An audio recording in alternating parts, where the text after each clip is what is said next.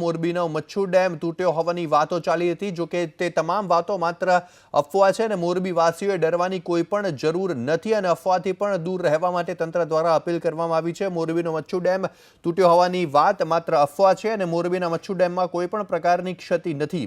મોરબી વાસીઓને ડરવાની જરૂર નથી અને કોઈ પણ પ્રકારની અફવાથી દૂર રહેવા તંત્રએ અપીલ કરી છે।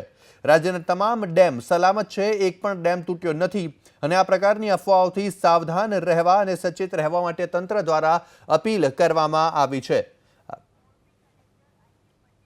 હાલમાં આપણી સાથે જોડાઈ ગયા છે મોરબીના કલેક્ટર આઈ.કે. પટેલ, તેમની સાથે જ સીધી વાત કરીશું। આપનું સ્વાગત છે એબીપી અસ્મિતા પર। આપને પૂછવા માંગુ છું કે મચ્છુ ડેમ તૂટ્યો હોવાની અફવા ફેલાઈ હતી, શું પરિસ્થિતિ મચ્છુ ડેમની જોવા મળી રહી છે? શું ખરેખર ડેમ તૂટ્યો છે કે માત્ર અફવા છે?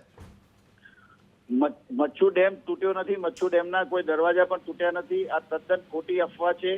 તંત્ર દ્વારા દરેકને અપીલ કરવામાં આવે છે કે આ વાતને તદ્દન અફવા તરીકે ગણે અને એનાથી કોઈ ગેરરસ્તે દોરાય નહીં।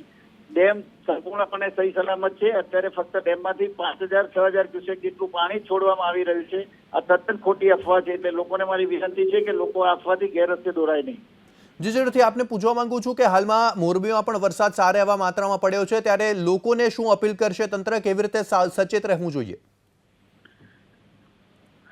ભારે વરસાદની પરિસ્થિતિને પહોંચી વળવા માટે તંત્ર પૂરેપૂરી રીતે સજ્જ છે। કોઈને પણ કોઈ પણ પ્રકારની મદદની જરૂર હોય તો એ જિલ્લા અને તાલુકા કંટ્રોલ સંપર્ક શરૂ કરી શકે છે। માળિયા વિસ્તારમાં જે ભારે વરસાદ હતું ત્યાં અત્યારે અમારા તંત્ર દ્વારા તમામ પ્રકારની જે રિહેબિલિટેશનની કામગીરી છે, રિહેબિલિટેશનની કામગીરી શરૂ કરવામાં આવી રહી છે। પણ આ અફવાથી વાંકાનેર, મોરબી અને માળિયા ત્રણેય શહેરોમાં જે ખોટી અફવાના લીધે લોકોમાં જે અફરાતફરી થઈ છે, એમને ફરી નમ્ર વિનંતી કરું છું કે કોઈ ગેરરસ્તે દોરાય નહીં। ડેમ સંપૂર્ણપણે સલામત છે, ડેમનો કોઈ ભાગ તૂટ્યો નથી, ડેમના કોઈ દરવાજા ખોલવામાં આવ્યા નથી।